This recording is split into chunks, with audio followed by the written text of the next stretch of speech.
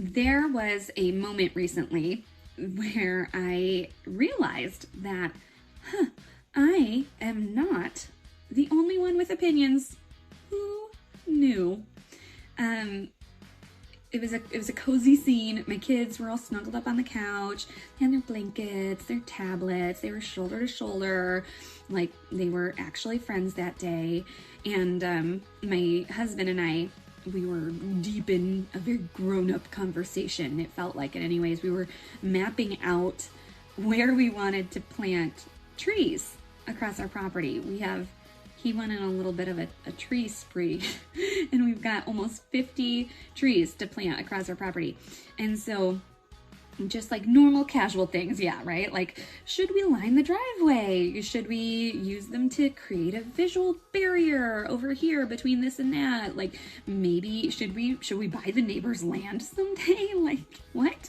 Just your average legacy planning while your kids are a few feet away watching whatever it is they watch.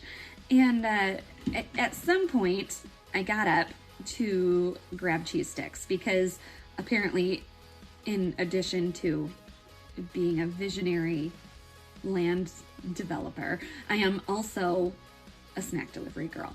So I get the cheese sticks, I walk back in the room, I start unwrapping, and I'm standing there like a humble cheese stick concierge, and that's when I noticed it. One of those YouTube videos, and I know you know the ones, it's where someone is watching someone else play a video game while talking about it for way too long with far too much enthusiasm.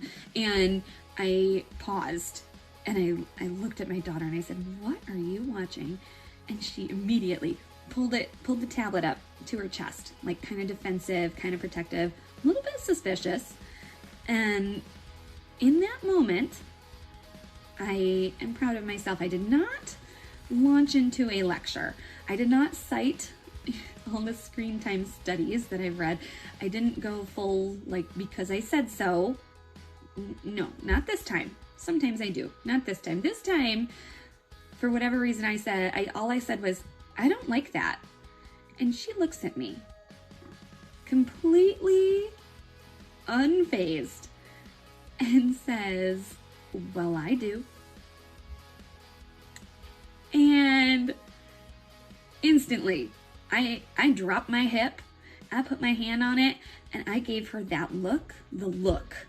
You know, the look. And without missing a beat, without even breaking eye contact with me, this little stinker, she raises her finger to her lips and she just goes, "Shh." And honestly, I didn't even know whether to be offended or, like, I don't know if proud is the right word. It was weird. It was like an out of body experience, because here's the thing. That moment wasn't actually about YouTube. It was, but it wasn't. It was actually about preference and power and perspective, I think. Because let's be real, she wasn't melting down. She wasn't being, I'll say, overly dramatic. I think there's always a little bit of that in there. But she was just being human. She was just being a human with her own taste and her own opinion and her own sense of what she enjoys. And for just a split second, that collided directly with mine. And then 5 minutes later, because apparently the universe likes a theme, I'm in the kitchen. I'm refilling my water. I'm recovering from being shushed by a 5-year-old. I'm just trying to live my life, people.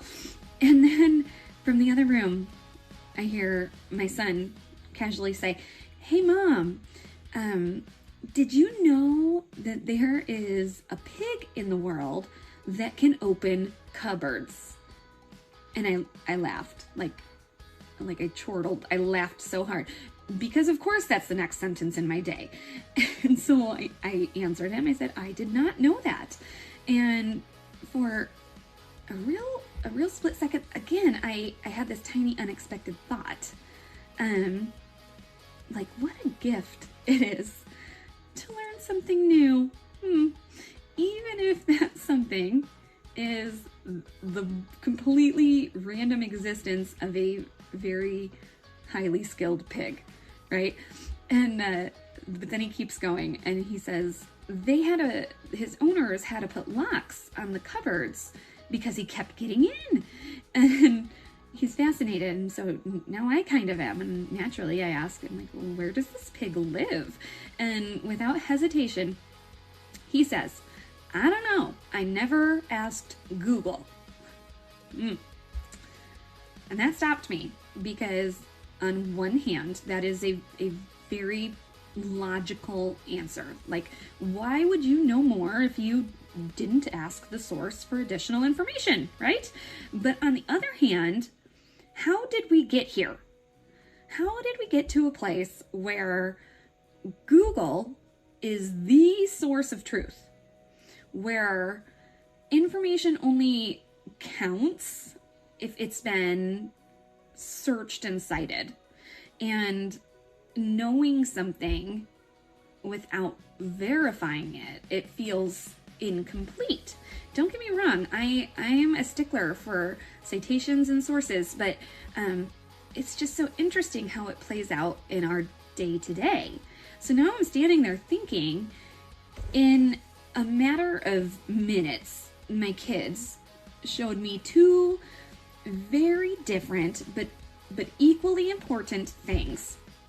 One reminded me that people have preferences and opinions. You're probably like, how did you forget that? But I did. And then the other reminded me how we decide what is true. So there's all of these opinions out there. How do we decide which of them align with us? And here's what we forget, is that nothing about life is fixed. And I know some would disagree with me on this, but not our tastes, not our beliefs, not even this understanding of what is the truth. Like every single moment, every video we see, or every random pig fact, every tiny itty bitty interaction comes as a repetition. And repetition builds pathways. And the brain doesn't ask, is this more important? It just asks, like, is this thing repeated?